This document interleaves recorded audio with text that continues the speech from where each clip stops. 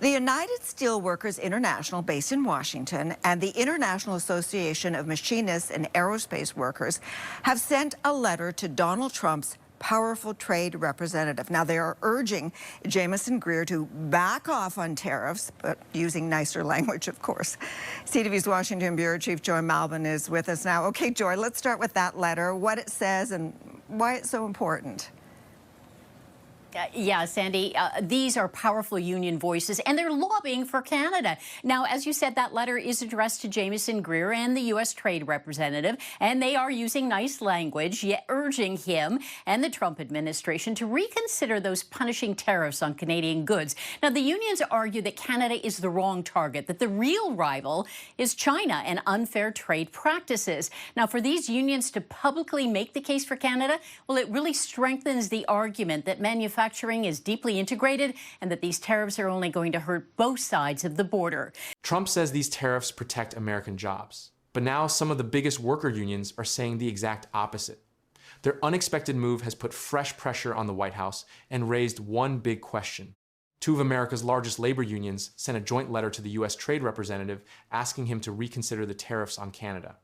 The United Steelworkers represents 850,000 workers.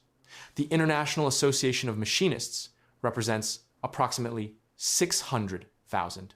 Together, that is roughly 1.45 million American and Canadian workers whose leaders are now telling the Trump administration that its tariffs are hurting the very people they were meant to protect. And their central message is blunt. Canada has never been the problem.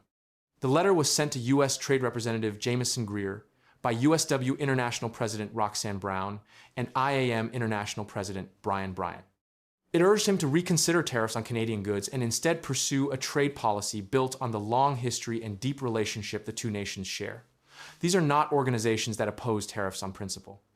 The unions explicitly noted in their letter that they have supported several of the Trump administration's trade actions and continue to work toward abandoning what they called outdated free trade orthodoxy. Their objection is specific. Canada is the wrong target. Brown's statement drew the distinction with precision. While it's true that workers and their communities have suffered greatly from decades of so-called free trade, Canada has never been the problem, she said. Our two nations share a deep collaboration built on decades of economic integration as well as intelligence and defense cooperation. Rather than imposing further tariffs through Section 338 or any other mechanism, we should instead work together with our Canadian allies to limit illegal trade practices and advance our shared prosperity. That framing separates Canada from countries the unions view as genuine trade offenders, pointing the enforcement energy toward China rather than toward America's closest ally. The economic logic behind the union's appeal rests on how physically integrated North American manufacturing has become. USW National Director for Canada, Marty Warren, described the reality on the factory floor. USW members in Canada proudly work in coordination with their US counterparts, with materials and components historically passing back and forth across our border several times before becoming a finished good, he said. That cross-border movement is the core of the problem with tariffs. When a component crosses the border multiple times during production, a tariff applies at each crossing, compounding the cost of the finished product and making North American manufacturers less competitive against global rivals who face no such internal friction. And if you want the real story behind how Canada is still holding its ground through tariffs, wars, and hard times, hit join below to join the membership for exclusive documentaries you won't see anywhere else about Canada's progress and rise through uncertainty. The trigger for the letter was Trump's July 20th action. The president signed 3 proclamations imposing an additional 50% tariff on several Canadian products, set to take effect in 30 days. The union stated that this and other trade actions under the current administration have disrupted the bilateral trade relationship and created uncertainty for producers and workers in both countries.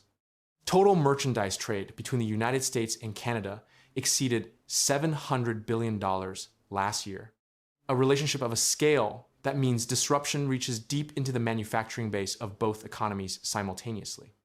The aerospace dimension carries particular weight given the IAM's membership. IAM Canadian General Vice President David Chartrand described the joint production that defines the sector. Canadian and American IAM union members build some of the most advanced aerospace and manufacturing products in the world together every day, he said. Our economies and our members succeed when the United States and Canada work together as partners. Aerospace manufacturing is among the most integrated of all cross-border industries. Aircraft components, engines, and systems move between American and Canadian facilities repeatedly during assembly, and the tariffs threaten the cost structure that makes North American aerospace competitive against European and Asian producers. The political significance of this appeal lies in who is making it. The United Steelworkers and the International Association of Machinists are exactly the kind of industrial unions that the tariff strategy was designed to appeal to. Trump has consistently framed his trade policy as protecting American manufacturing workers from foreign competition. When the unions representing those manufacturing workers publicly asked the administration to reverse course on a specific trade partner, they undermined the political foundation of the policy.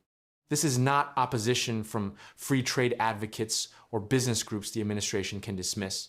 It is pushback from organized labor, a constituency the tariffs were explicitly meant to serve. The IAM's Bryant framed the union's position as pro-enforcement but pro-alliance. Unfair trade has no place in the global economy, and the IAM union supports strong trade enforcement that protects human rights, defends good-paying jobs, and holds bad actors accountable, he said. But trade policy should also strengthen partnerships with allies that share our commitment to fair labor standards. Canada is one of our closest economic partners, and we urge the administration to work with the Canadian government to preserve the integrated manufacturing relationship that supports workers on both sides of the border. The distinction between bad actors and allies is the entire argument. The unions want enforcement aimed at countries accused of unfair practices, not at a partner with comparable labor standards. The unions specifically urge Greer to prioritize confronting countries like China rather than drive a further wedge between the United States and Canada. That redirection is strategically pointed. It accepts the administration's premise that aggressive trade enforcement is warranted while arguing the enforcement is aimed in the wrong direction. The unions are not asking Trump to abandon his trade agenda. They're asking him to apply it to the countries they view as the actual source of global overcapacity and unfair practices, while preserving the integrated relationship with Canada that supports North American manufacturing employment. The mention of Section 338 in Brown's statement points to the specific legal mechanisms the administration has been using to construct its tariff regime after the Supreme Court struck down its IEEPA authority earlier in 2026. Section 338 of the Tariff Act of 1930 is one of the older statutory provisions available for imposing trade measures. The union's reference to it reflects awareness that the administration is searching for durable legal foundations for its Canada tariffs, and their appeal asks Greer to not deploy those mechanisms against an ally, regardless of which legal authority makes them available. The appeal adds to a growing chorus of American voices, raising concerns about the Canada tariffs. A U.S. senator issued a blunt appeal to Greer over collapsing tourism revenue. The National Association of Home Builders has repeatedly petitioned for lumber tariff relief. American farm organizations forced a rapid reversal on potash tariffs.